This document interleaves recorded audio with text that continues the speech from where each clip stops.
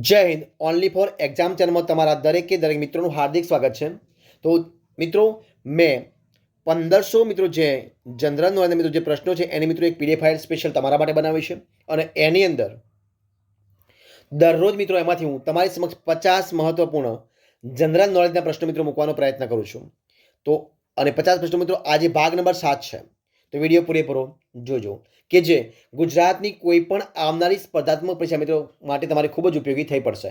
તો વિડીયો પૂરેપૂરો જોવા વિનંતી છે. તો શરૂઆત કરીએ આપણે ભાગ નંબર 7 વિડીયો નંબર 7મો છે અને 50 મહત્વપૂર્ણ જનરલ નોલેજના પ્રશ્નો. પ્રશ્ન એક તમારી સમક્ષ છે કે ડભોઈ શહેરનું પ્રાચીન નામ જણાવો. તો જવાબ શું મિત્રો?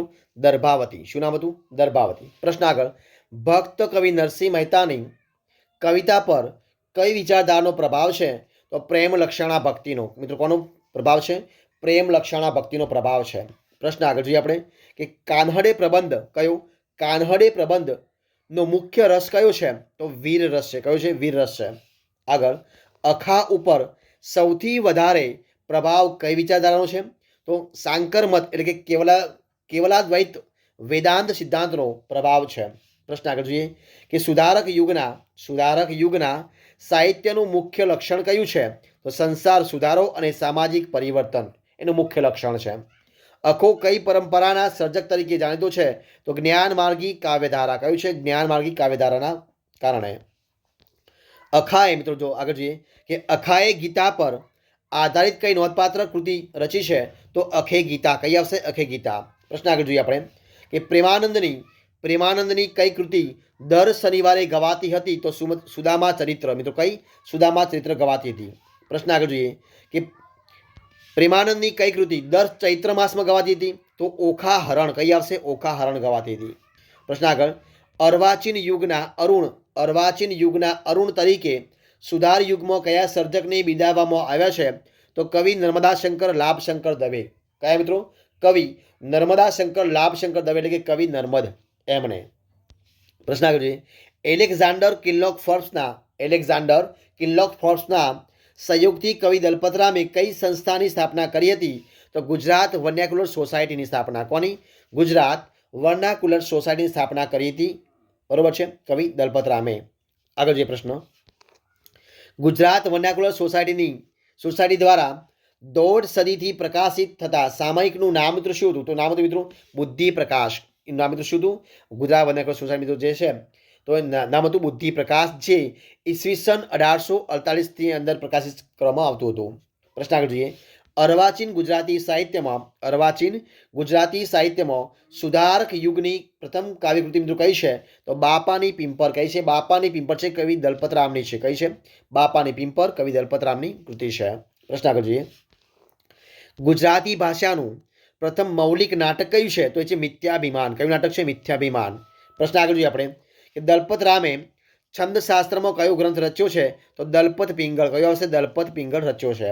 પ્રશ્ન આગળ, કવિ દલપતરામે સ્વામિનારાયણ સંપ્રદાયના કયા સંત પાસેથી ધર્મ દીક્ષા લીધી હતી? તો ભૂમાનંદ સ્વામી પાસેથી. કોની પાસેથી?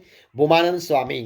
પ્રશ્ન આગળ, કઈ સદીમાં ઉત્તર આફ્રિકાના સાહસિક મુસાફર ઇબ્ન બબૂતાએ ગુજરાતની મુલાકાત લીધી હતી?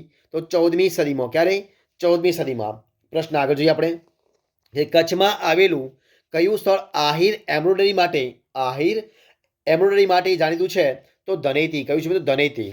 પ્રશ્ન આગળ જોઈએ આપણે કે ગુજરાત રાજ્યના રચનાકાળે ઈસવીસન 1860માં કયા જાણીતા કવિએ ગુજરાત સ્તવનો નામની કાવ્યરચના ગુજરાતને સમર્પિત કરી હતી? તો ઉમાશંકર જોશી. મિત્રો કોને કરી હતી? ઉમાશંકર જોશીએ કરી હતી. પ્રશ્ન આગળ, પોરબંદરમાં કયા રાજવંશે સૌથી વધુ સમયગાળા માટે શાસન કર્યું હતું? જવાબ આવશે જેઠવા વંશે. મિત્રો કોને મિત્રો? જેઠવા વંશ. પ્રશ્ન આગળ, કચ્છમાં આવેલું કયું સ્થળ રોગન પ્રિન્ટિંગ એમ્બ્રોઇડરી માટે જાણીતું છે? તો જવાબ આવશે નિરોણા. કયું આવશે? નિરોણા. પ્રશ્ન આગળ, હરિપુત્ર. કયો આવશે? હરિપુત્ર એમ્બ્રોઇડરી માટે કચ્છનું કયું સ્થળ પ્રસિદ્ધ છે? તો હોડકા. કયું છે? હોડકા. પ્રશ્ન આગળ, ન્યુક્લિયર ઇલેક્ટ્રિસિટી. કયું આવશે? ન્યુક્લિયર ઇલેક્ટ્રિસિટી પેદા કરવામાં ગુજરાતનું સ્થાન ભારતમાં કેટલામું છે? તો દ્વિતીય એટલે કે બીજા નંબરનું છે. પ્રશ્ન આગળ આપણે જોઈએ એ કચ્છનું કયું સ્થળ બ્લોક પ્રિન્ટિંગ માટે જાણીતું છે? તો જવાબ આવશે દામણકા. કયું છે? દામણકા. પ્રશ્ન આગળ. ગુજરાતમાં મૌર્ય વંશનું શાસન કેટલા વર્ષ રહ્યું છે મિત્રો? તો 137 વર્ષ રહ્યું છે. કેટલું રહ્યું છે? 137 વર્ષ સુધી મૌર્ય વંશ શાસન રહ્યું છે. પ્રશ્ન આગળ. ગુજરાતનું કયું સ્થળ અજરખ નામની બ્લોક પ્રિન્ટિંગ ટેકનિક માટે જાણીતું છે? તો જવાબ આવશે કચ્છ. કયું છે મિત્રો? કચ્છ. પ્રશ્ન આગળ જોઈએ. વર્તમાન સમયનો કયો કેન્દ્રશાસિત પ્રદેશ ઈસવીસન 1535માં બહાદુર શાહ દ્વારા પોર્ટુગીઝોને સોંપી દેવામાં આવ્યો હતો? તો જવાબ આવશે દીવ સોંપી દેવામાં. કયો આવશે? દીવ. પ્રશ્ન આપણે આગળ જોઈએ. કચ્છમાં આવેલું કયું સ્થળ કચ્છી રબારી એમ્બ્રોઇડરી માટે વિખ્યાત છે? જવાબ આવશે નખત્રાણા. કયું છે મિત્રો? નખત્રાણા. પ્રશ્ન આગળ જોઈએ. ગુજરાતનો કેટલો વિસ્તાર વેટલેન્ડ તરીકે ઓળખાય છે અથવા તો ધરાવે છે? તો 27,000 ચોરસ કિલોમીટર. કેટલો હશે? 27,000 ચોરસ કિલોમીટર ધરાવે છે. પ્રશ્ન આગળ. મોહમ્મદ બેગડાના શાસન દરમિયાન જાણીતા વિદ્વાન અબુલ ફઝલ ગજરૂની કયા સ્થળેથી આવીને ગુજરાતમાં વસ્યા હતા? તો પર્શિયાથી આવી. મિત્રો ક્યાંથી આવ્યા હતા? પર્શિયાથી આવીને વસ્યા હતા. ગુજરાતના કયા લોક નૃત્યનું નામ સંસ્કૃત શબ્દ ગર્ભદીપ પરથી ઉતરી આવ્યું છે? તો ગરબા. પ્રશ્ન આગળ જોઈએ આપણે. ટિપ્પણી નૃત્ય સૌરાષ્ટ્રના કયા વિસ્તારમાં જાણીતું નૃત્ય છે? તો ચોરવાડની અંદર. કયા આવશે? ચોરવાડ. પ્રશ્ન આગળ. ગુજરાતી નાટ્યકળાના આદ્ય પિતા કોણ ગણાય છે? તો રણછોડરાય ઉદયરામ. કોણ આવશે? રણછોડરાય ઉદયરામ. પ્રશ્ન આગળ. મોહમ્મદ બેગડાના શાસન દરમિયાન કયા જાણીતા ફિલસૂફ અને ગણિતજ્ઞ ગુજરાતની મુલાકાતે આવ્યા હતા? તો હેબતુલ્લા શાહ. મિત્રો કોણ આવ્યા હતા?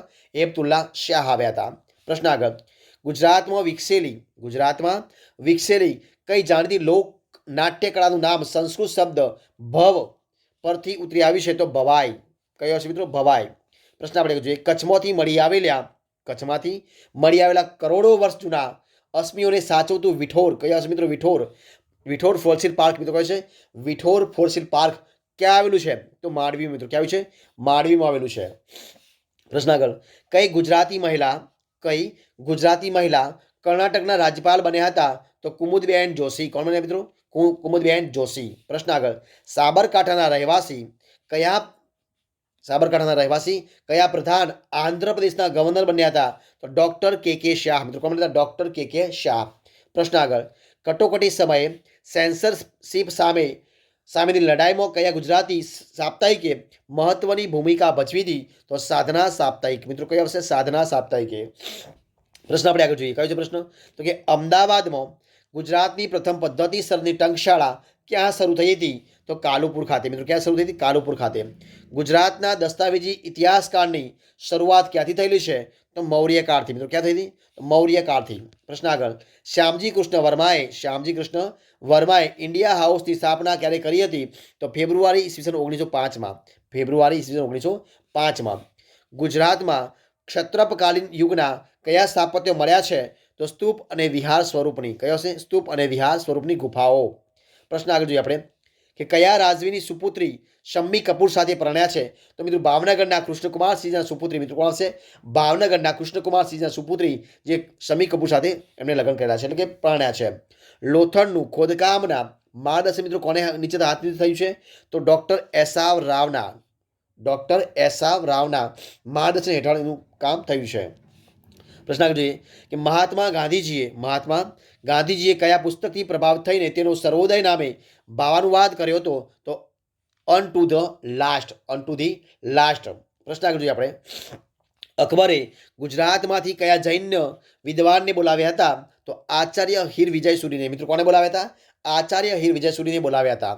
પ્રશ્ન આગળ જોઈએ કે મોગલ રાજા ઔરંગઝેબનો જન્મ ગુજરાતમાં કયા સ્થળે થયો હતો? તો દાહોદની અંદર. મિત્રો ક્યાં થયો હતો? દાહોદની અંદર. પ્રશ્ન આગળ જોઈએ આપણે.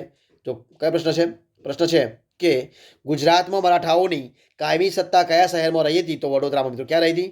વડોદરાની અંદર. પ્રશ્ન આગળ. અને આ વિડીયો છેલ્લો પ્રશ્ન જો કયો છે પ્રશ્ન કે પ્રાચીન સમયમાં દંડકારણ્ય તરીકે ઓળખાતો પ્રદેશ અર્વાચીન ગુજરાતમાં કયા નામે ઓળખાતો હતો? મિત્રો ડાંગ નામે. ક્યાં નામે ઓળખાતો? ડાંગ નામે ઓળખાતો હતો. તો મિત્રો અહીંયા આપણે જે 50 પ્રશ્નો વિડીયો આપણે ડેલી મૂકીએ છીએ એટલે કે દરરોજ મૂકીએ છીએ એ સંપૂર્ણપણે મિત્રો આપણે અહીંયા પૂરો કરીએ છીએ. જો તમને મારો વિડીયો ગમ્યો હોય મારા પ્રશ્નો ગમ્યા હોય તો વિડીયોને લાઇક કરો, કોમેન્ટ કરો, તમારા મિત્રોને વિડીયો શેર કરો અને છેલ્લે ચેનલમાં નવા હોય ચેનલ સબસ્ક્રાઈબ ન કરી હોય તો only for exam channel subscribe કરવા માટે વિનંતી છે. મારા આ વિડીયોને પહેલાંથી અંત સુધી જોવા માટે દરેક મિત્રોને હું દિલથી ખૂબ આભાર માનું છું. ફરી મળીશું એક નવા ટોપિક સાથે, નવા વિડીયો સાથે. ત્યાં સુધી બની રહો. જય હિન્દ, જય Bharat. All the best of luck.